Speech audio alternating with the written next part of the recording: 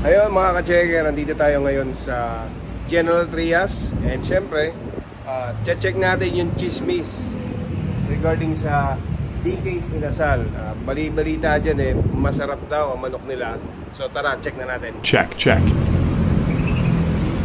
Inasal.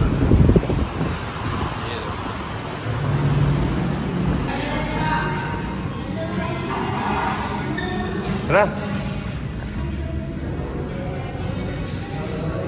So ito guys, makikita ninyo, meron silang chicken, picture inasal, chicken paa, pork inasal, so halos lahat ng inasal. Only rice to miss, no? Opo. Ayun. So, At 30 po for only rice. at 30 pag only rice. Sige, tara, i-check na natin lasa. So order na tayo. Tawagin ko na yung mga kasama ko. Ayan, order na kami ni Is. Ay, sa akin picture. Anong name mo? Colin po. Colleen, ano yung best seller dyan? Petso po, tsaka yung barbecue. Barbecue. So ako itatry ko yung chicken, picho inasal. Sa merienda naman po, yung palabok po yung best seller. Best seller. So, ayun. Siyempre, bago tayo kumain, maghugas muna tayo ng kamay. Masarap kainin yung inasal pagka nakakamay. Tara, hugas muna tayo. So, ayan. Kita nyo rito sa DK's Inasal. Ang linis. So, very neat yung kanilang facility. Hi. So, malinis mo, no? Hindi ka gaya sa ibang napuntahan natin na makita mo, madumi talaga yung area. So, dito, linis ang CR nila. And friendly yung mga staff. Yan. So, pwesto na tayo. Malamig yung aircon. Hanggang, ano siya? Komportable. Right? So, meron silang ito yung toyo. Siyempre, paborito ni Nigel, chicken oil. So, magkakaalaman dito mamaya. Hintayin natin dumating yung pagkain. Kailan nag-start to, bro? Ng DK's? Last month po. Last month lang. First month po niya kahapon. Okay. So, yun. Excited na kami. Bring it on. Aba, may sabaw din. Yun, dito, sabaw pa lang. Ulam na. Na, bro? Gawa po siya sa buto talaga. Buto ng baka? Wow, social Hindi lang yung parang sinigang mix, hindi gano'n. Social mo naman, parang Jen. So, ito mga brad, mga sister. Hindi siya yung sinigang mix lang na nilagay sa mainit na tubig.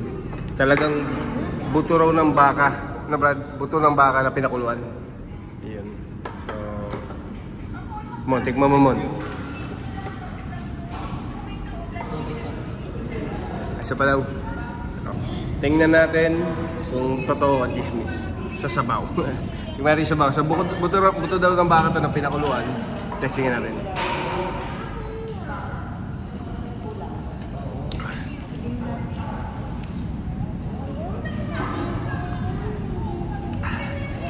Oo nga.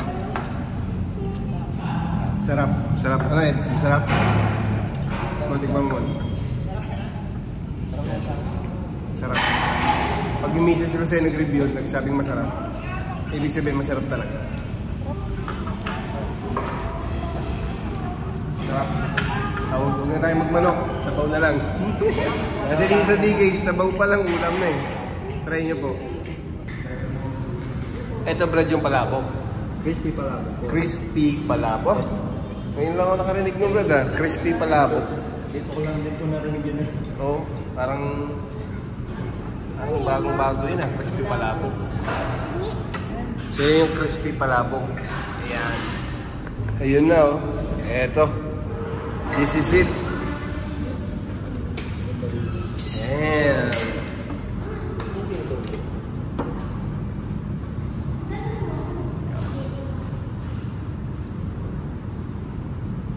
Alright. Please follow. Okay, so this is the moment of truth. Atin ang i-judge ang DK's Inasal. Ayan. So, may nahanap ako eh. Ayan, so susimulan na natin. Siyempre, ang seremonyas, lalagyan muna natin ng toyo. Ayan. Totuyuan natin. Ito. Anli sabaw dito ha. Kaya pasyalan nyo na. Kakaiba yung sabaw nila. Talagang baka. Totoo yung chismis. Medyo po sir na sa ito. Oo, totoo eh. So ito, ganyan gagawin natin. Yan, ganito ko kumain na nasal eh. So, tuturugan natin ng maraming sili. Ayan. Tapos, kalamansi. May extra kalamansi pa dyan. Kunin ko na to ha. Ayan. So, siyempre, hindi mawawala yung paborito namin ni Nigel. Yung chicken oil. Ayan. Chicken oil. Tarahin natin yan. So, ganyan. Okay, so ito na. Halu-haluin mo lang yan. Yan. Pultin natin yung manok. Okay. So, ito na. Anong masasabi mo dyan? Ha? Sarap? Sarap. Come on. Solid. Sobrang sarap niya. Todd. Ayos? Ayos naman minag. Pasado no? Ayan, pasado daw. Bitin daw sa rice. Bitin daw sa rice. Ibig sabihin, masarap talaga. Masarap? Ito mo, pag lumingon ka, kanin pa. Kanin pa. So, ayan, sulit na sulit yung kinain ko, 159 pesos dito sa DK's Inasal. So, ayun, enjoy din yung pamilya. Ito-take out namin yung pansit, palabok, pasalubong namin sa nanay ko. So, ayan, guys, pwedeng punta ng location? Sa General Trias po, alam po ng LBU, malapit lang po sa Manggahan. Tapat na tayo, ito pa lang tayo. Yun. So, labas na kayo, kung galing kayo ng SM Dasma, tapos sa Econte. And from the stoplight sa left side, so makikita yung DK's Inasal. Thank you so much, Manalo. Salamat po. Ingat po sila.